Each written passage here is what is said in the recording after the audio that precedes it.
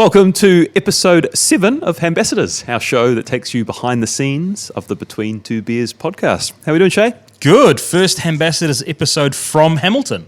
Yeah, it is. We are currently at our friend Carl Bloxham's bar where we've just recorded an episode. Bit of history here, actually, isn't there? Yeah, Bloxy was our first sponsor. And we had our first birthday party here not long after that. He used to get us those Swedish beers that we didn't know the names of, and we would have a different one at the start of each episode. So OGs of the BTB podcast will know what we're talking about. Yeah, go right back in the IG and you'll see a fridge full of those, I think, at your house at Bruce Ave, which you've moved out from as well, our very first studio. Yeah, it's been a bit of an emotional week. We started the podcast in my garage, a little room attached to my garage, and packed that up for the final time last week. Yeah, a lot of memories in that room. I was thinking as I was packing it up, shit, we had some good chats in there. Some foundation chats, definitely. I've just had a flashback here of that first birthday party. It was a November, and I was running a Movember operation and clean shaven, which doesn't happen very often, and it was a horrific sight. Horrific's a good word for it. Yeah, you should never go back to that. Always have a beard for the rest of your life. I don't think I ever will. You've got a beautiful face with a beard. Without it is just exposed. And while we're dishing out compliments, that's a nice trim from Murray Rose Barber, I think. Yeah, nice. Are you trying to get a free cut or something? I've had my fair share of free cuts from Muzzer and Jace over the years. So you did move house. We spoke about how traumatic moving house can be. You were grumbling as well to our lads chat, the Threadleys chat, about an experience that you had. You feel a bit ripped off? Can you run us through this? Run us back through the scenario. I should preface this by saying the only thing worse than moving, which is a horrific experience, is hearing someone talk about their move. But you have asked, so I will tell. Well, I mean, there's lessons in there for people that might be moving. There are lessons. And I'm at fault here. So I take the responsibility of what went on. But how much percent? I may have got ripped off by movers. I may not have. I'll tell the story and the listener can decide. Didn't really do my due diligence. Went on Google and just typed in movers Hamilton. The first one that popped up, I accepted the rate as the market rate and booked them in. $220 an hour for the move, which I thought, fair enough. Okay, whatever. A couple of hours work, budget for $600-700. Is that per person or is that per hour? That's 2 men and a truck and $80 for the move. So here's the problem. They turn up and it's 3 blokes. So I'd hired 2. And the guy comes over and he says, look, we've got a third guy. It'll be done in half the time. It'll be an extra $40 for an hour. So I'm kind of snookered. I don't really have much movement there. Like, what am I going to say? No. And then he's just going to sit. There's only one truck. He's going to sit and watch. Anyway, I say yes. That's fine. Now, the problem is when you're paying $260 an hour, it's the pace. It's the pace of play. And this is where I had a real issue because these gentlemen were not moving fast at all. So I was there moving really fast. I was trying to ramp up the intensity, but they would sort of go and grab a chair and they'd slowly make their way to the truck. And at one stage, there was 3 of them sort of having a yarn in the truck with nothing in their hands. And I'm like, $260 an hour. Anyway. Did you say anything or did you just... Nah, not my style. Just let it fester. And then it's all a lot happening. So by the end of it, I went, when they were finished and they told me how much it caught me by surprise. And it was $1,550, which I thought was an exorbitant amount for one move of one truck. But hey, I'll put it out to the listeners. Is that a fair rate? Is that a fair rate for a move? Divide that by 5. What's that per person? By five of you in the family? 6 of us in the family. Have you forgotten about my... my 4th baby. It appears I have. It's very hard to keep track. It is hard to keep track. Oh man, I thought I really had that on my sleeve. Look, if we're getting in the weeds, but one of my friends got a move for $400, so I had that in my head, and that was kind of more than the entire move was $400. Yeah. But look, maybe it is a fair. One of our other friends said it was a fair market rate, but look, it's the pace. When you're getting paid hourly, you are getting motivated to work slower, I feel like. No, very much so. Because very much so. If you can do a job in 5.5 hours, which should take 3, you go for 5.5. Yeah. Because you get twice the money. Definitely. But hey, look, we moved in and it's happy days. I'm not complaining. Let me be clear. I'm not complaining. I'm just reflecting. Did it sound like I was complaining? Well, I asked the question, so Yeah. no, I don't think you were complaining. Yeah. And there's lessons in that for other people. I'm sure. And that's what we're all about at the end of the day. Totally educating But- people. Well, while you were moving house, I had a little jaunt up to the Solomon Islands, which was International man of mystery. which was good. And I've got an embarrassing admission to make. I transited in Fiji both ways. And prior to departure, a little part of me thought, Oh, no, Shay. maybe I'll be recognised. Yeah, I'm worried about this with you. You think you're a bigger deal than you Well, are. here's the thing. You and social media Marcus were pumping my tires up about how I'd won Fijian TikTok and I'd gone viral. Yeah. So I was trying not to make anything of it. But yeah. We just wanted you to do the Fijian accent Well, from yeah, Fiji. clearly. But then, I thought it's a big international gateway. Oh, yeah. Maybe some people, nobody No. had a clue who I was. No. Yeah. I feel like this is probably an overshare, but I want to get it off my chest too. Not my most embarrassing moment in Fiji. I had a situation, I want to run it by you, where in the transit hotel, let me paint a picture. You've painted the moving picture. In the transit hotel on the way home, I've eaten a takeaway. Oh, this is not going to go in a good direction. Carry on. And I'm not feeling very well. So through the evening, on several occasions, I've used the bathroom. Yeah. And I'm checking out. I've got an early morning flight. It's about 5:30 a.m. for a 6 a.m. departure from the hotel. And I have another movement. Okay. And this time, when I go to flush the lavatory, the water rises to the rim. Oh, yeah. Now I look around and there's no toilet brush. There's a grate next to the toilet, like an overflow drain in case the bathroom floods. And that's about it. Put yourself in my shoes. What do you do in that situation? No toilet brush. Correct. You're going to need to sacrifice some personal possession to be some sort of a hook or a stick. Get in there and unclog that. How much toilet paper is involved? There was a lot. Yeah. And And that's a common problem with me, isn't it? and it's accumulated too. So I think one of the things, I think there was a design flaw maybe, that the diameter of the pipe, the waste pipe, might have been smaller than, Yeah. and even just dealing with that volume This is just such a horrible picture to be painting for our audience. Well, you've experienced it firsthand in New Caledonia, haven't you? There's some of my situations. I don't ever want to think of you in that So way anyway, again. How did you deal with it? you,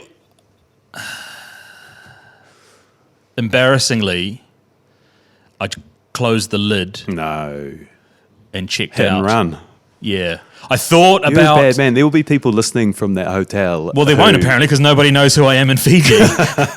I thought about telling reception that there's a situation, but it was 6 a.m. I don't know. You're that guy. I- You're I- the bomber. There's always someone at every workplace that clogs the toilet and then just leaves it. That's you. I thought, and I actually now I'm reflecting, I should have put a do not disturb on the door, and then maybe over a period of time, the water would have seeped away and just left.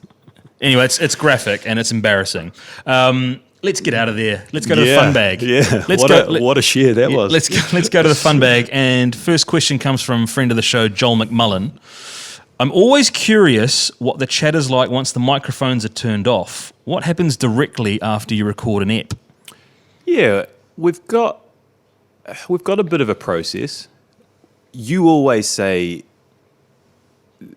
something like, "Oh, that was amazing," straight off the gate, and then we always go in for a hug. Yeah. is the first steps. Yeah. Well, like we established, I think, last Ambassadors, consent is key in terms of a hug. Yeah. So I always announce we like to end our episodes huggers. with a hug. Yeah, And then we hug. we go for a hug, and it kind of differs from guest to guest. You get the vibe early doors who is keen to hang around and have a bit of a yarn, or who is sort of got their eye on the door and is looking for a quick getaway. So depending on the guest, Yeah. We kind of feel our way through a bit of chat, but it's often a much more relaxed vibe than before the episode, because the guests can sometimes get quite nervous or anxious or apprehensive about what's about to happen. Afterwards, it's all out there, so then perhaps it's more the real them. Yeah, we don't go out for a meal or anything like that. Sometimes. Hamish Pinkham. Yeah, that's true. Actually, I stand corrected. Just depends on the vibe. But yeah. But it's a formal closing. There's a second one. I'm going to ask this directly to you because it relates to you. I think my brother James used to live next door to you, Steve. And that's from Willie Goodman. I mean, hey, good question, Willie. It's possible. It's possible there was a James that lived next to me. I had 3 neighbours, one on each side. So, look, was there a James in one of those houses? Possibly. Well, I think from next door and knowing your neighbours, I think there's only one option there. No, well, I've moved house now, but at the previous location, we had the Nepalese neighbours at the back, we had the Afghanistan neighbours on the side, and then we had a bunch of flats down the other end. Okay. So, I mean, maybe James was in the flats. I don't think he was in the other 2 houses. That's what I mean. Bloody good question, Willie. Yeah. Thanks for your communication. We had a question from Maury Wazzy. Are you going to do more sport live stream commentaries after the Aaron Scott testimonial? Shay? I mean, that wasn't our strongest work, was it? The Aaron Scott testimonial. Yeah, so we got... And shout out Murray Wassi for being one of the 16 that watched that. Yeah. So Aaron Scott, guest number 1, he got a testimonial, first ever player to get a testimonial for our club Melville, and we got asked to do a live stream for it. Now, I think the idea was flawed from the beginning because there was a decent crowd. Actually, it was a really cool day and a good turnout, but anyone interested in the Aaron Scott testimonial was at the Aaron Scott testimonial. Yeah, I think it's so we were asked to do a live stream pitch side commentary of the game, and there was technological issues, and we missed the first 20 minutes. And by the time it got up and running, you can see how many people are tuning in to said live stream. And it was between 6 and 12 for most of it. So we lost we lost a little bit of enthusiasm, and we just started talking shit. But I think it peaked at 25. I think we're doing ourselves a disservice. Okay, 25, double digits. So yeah, look, are we going to do that again? I actually enjoyed, despite the lack of numbers, it was quite a fun thing to do. It's fun. We were commentating on all people we knew, so it's always fun to poke fun at others. It was good for us. You watching, speaking of things that get watched, you watching Celebrity Treasure Island? No, I'm not. Even after we had Stephen Price on? Yeah, no, reality TV, not really for me. How's he getting on? Good. Yeah, good. I mean, he's still in at the time of recording, and I think he could go far.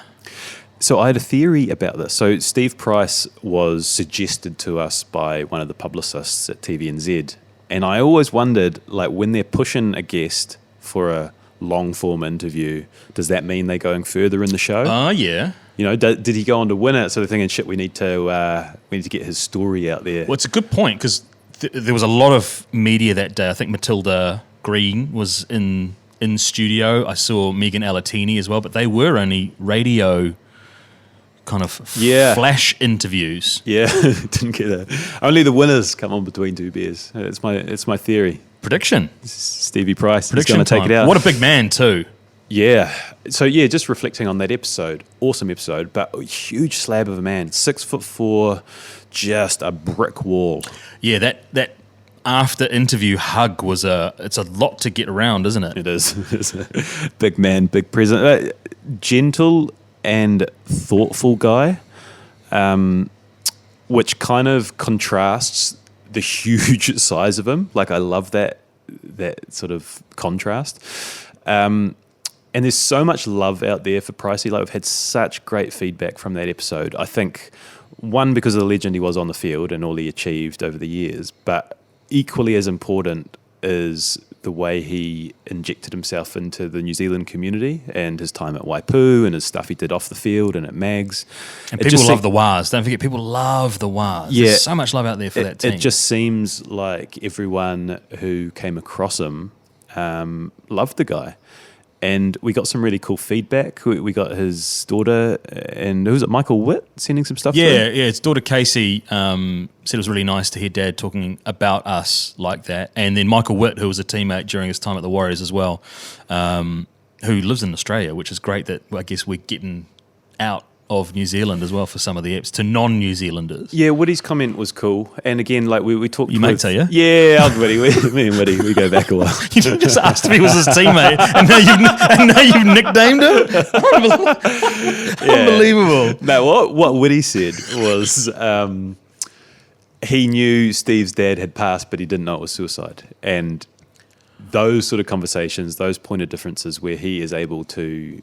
It's not the sort of thing you talk about ever, really, I imagine. So to share it on that scale and have people understand what's happened, and some people would, relate to the struggles and the story and dealing with someone's death, or other people who are struggling themselves, like that shit is really cool and really important. Just so cool. Right, fun bag again. Got a question from Scott Naylor. He says, after hearing that Seamus had Steve Price on his bedroom wall as a kid, I'm wondering who else was on there.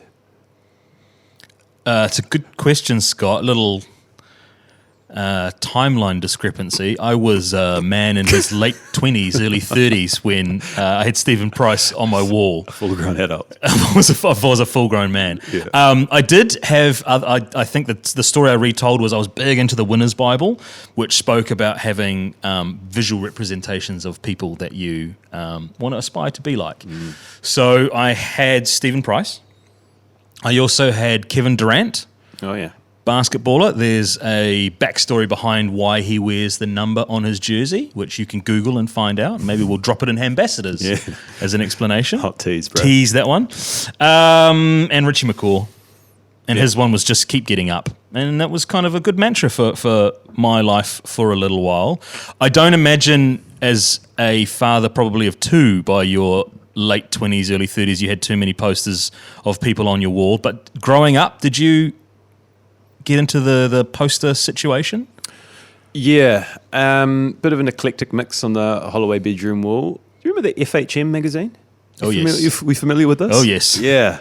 A lot of pullouts from FHM would go on the wall. I don't know if that's okay now, but... Well, it was then. It was a time. You got any names from the memory bank that you can remember? You're talking your Yasmin Bleeths, your Carmen Electras, your Jennifer Love Hewitts. I know the era. It's sort of mid-late 90s. Yeah, so...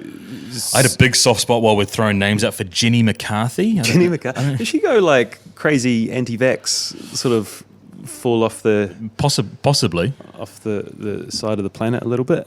So that... That's not off-brand for me with my people that I seem to aspire and admire after the Joe Rogan blowout from a few months ago. So we had the beautiful woman of FHM, and we also had, I think, Winton Rufer. I remember a Winton Rufer poster I had.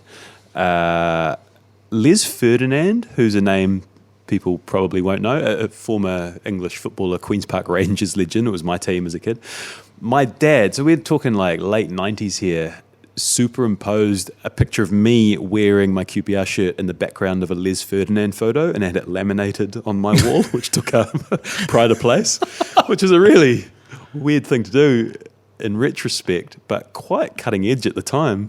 Bruiser on the old... Was it MS Paint or something? Yeah, it would have been. I feel like that's something... I've got access to our Canva account, which is a what do you call it, a photo tool now. I feel like that's something you've done with Ted and Arsenal shirts and stuff. I have. You know what? I have done that. Apple doesn't fall far from the tree. Nice. Yeah. You've still got that Les Ferdinand, Stephen Holloway I think I do. duo? I think I do have that somewhere. I'd love to see so a that photo one, of that. and the other one is Young Guns. I remember a very distinct Young Guns photo with them all sort of spread out as a team. And Is that the zinc on the... Is that the same one that's in the Export Beer Garden studio? Yeah, I think it is. Up in Auckland? I think it is, actually.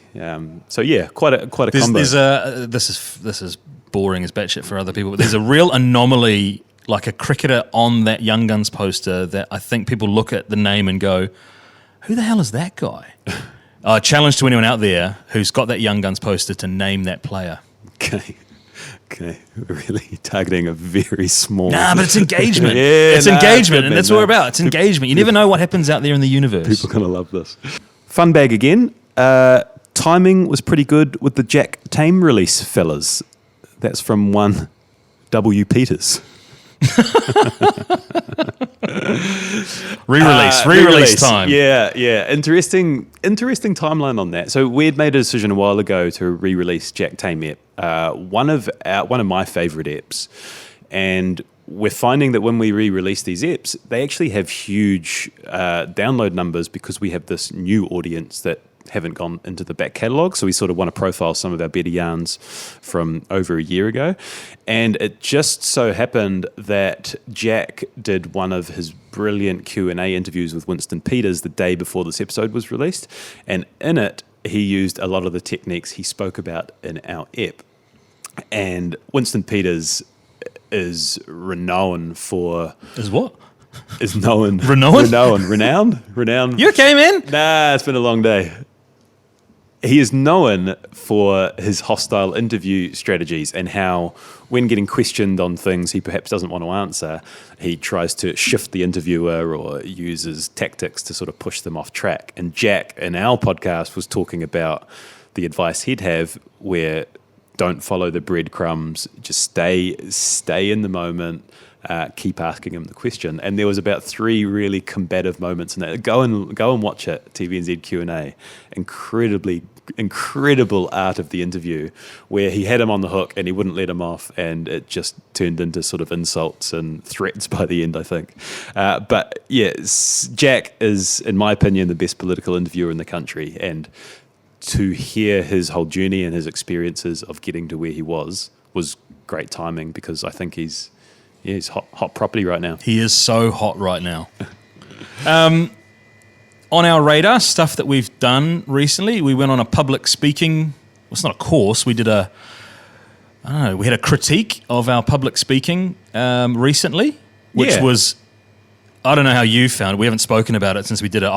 It was a very odd experience for me in that it was you and I and 2 gentlemen in the room listening to a presentation that we'd done before, and it kind of made me think about comedians that we've had on that talk about performing at Edinburgh Fringe to like audience of 1 or 2, because we rely a little bit on humour and bouncing off each other in our presentation, and there was not a laugh in that room. It was a bit flat. So we're on a quest to try to improve all areas of what we do. So one of them is we do this presentation on the Between Two Beers stories to companies and businesses, and we're trying to get better at it. So someone reached out and said we could give you some tips. So we're like, yeah, all right. I thought it was really helpful, actually, like things which I kind of knew, like relax your shoulders, use pauses more. I'm like a robot and I stand still and don't move, whereas you happy little feet and you go walking around the whole place. Yeah, I often review all of our episodes and I have to watch the video feed, and I try and find for our YouTube followers like a screen grab from your camera feed and my camera feed and the guest camera feed. Very hard to get something of you quite animated because you are very still. Just hold the position. Yeah, I mean, it's a skill and an art. Like, I slouch and move all over the place, but that apparently doesn't translate into making a great connection with the audience. So it's from my practice hiding away in my room, trying to hide from the kids, just like a statue. Maybe if I stay still, they will give me some peace and quiet. Anyway, the other thing we've been doing has been going on other podcasts, which has been quite an interesting experience. Life on the other side of the mic, and it's been really cool telling our story. And it's kind of like when we get guests in and we do 90 minutes of intense questions about their life, they always come away saying, wow, that was quite a ride. Like, I've never really talked about it like that. And so for us on the other side to be doing it with people has revealed things which we hadn't talked about before. We did one which hasn't been released yet where I got really emotional. Sort of overwhelmed me talking about some of our hardest moments as friends that we'd been through, and contrasting that with where things are at the moment.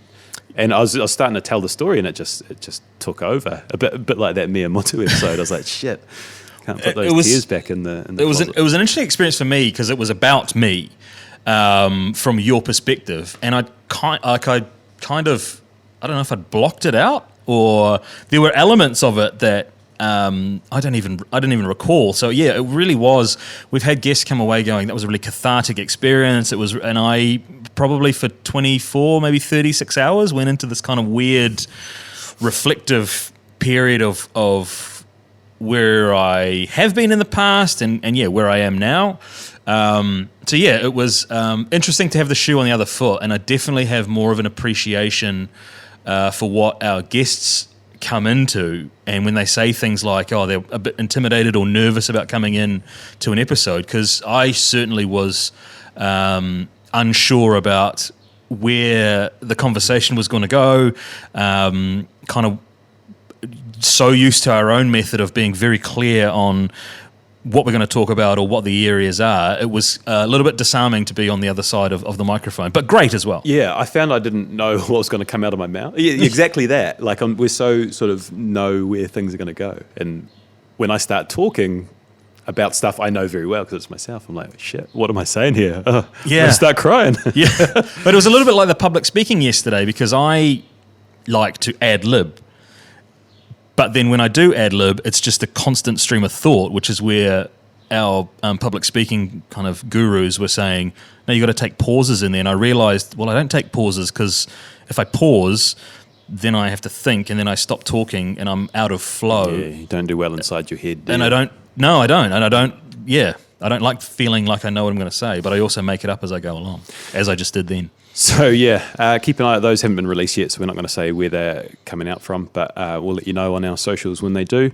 And the other one, last thing, is Low Key Legends back this week. Really excited about getting this ep out there. A guy who this whole concept was based on, really. So epic story. Yeah, watch out for it on Monday. Yeah, you, after your experience with this person, came away saying that they would make a great guest, and that's kind of where the whole Low Key Legends concept had come from. So great to get them on, and looking forward to releasing that one next week. Yeah, thanks for tuning in for another episode of HAMBASSADORS. Sorry you had to picture Shay's bowel movements at the beginning there, but I think in the end we got the job done.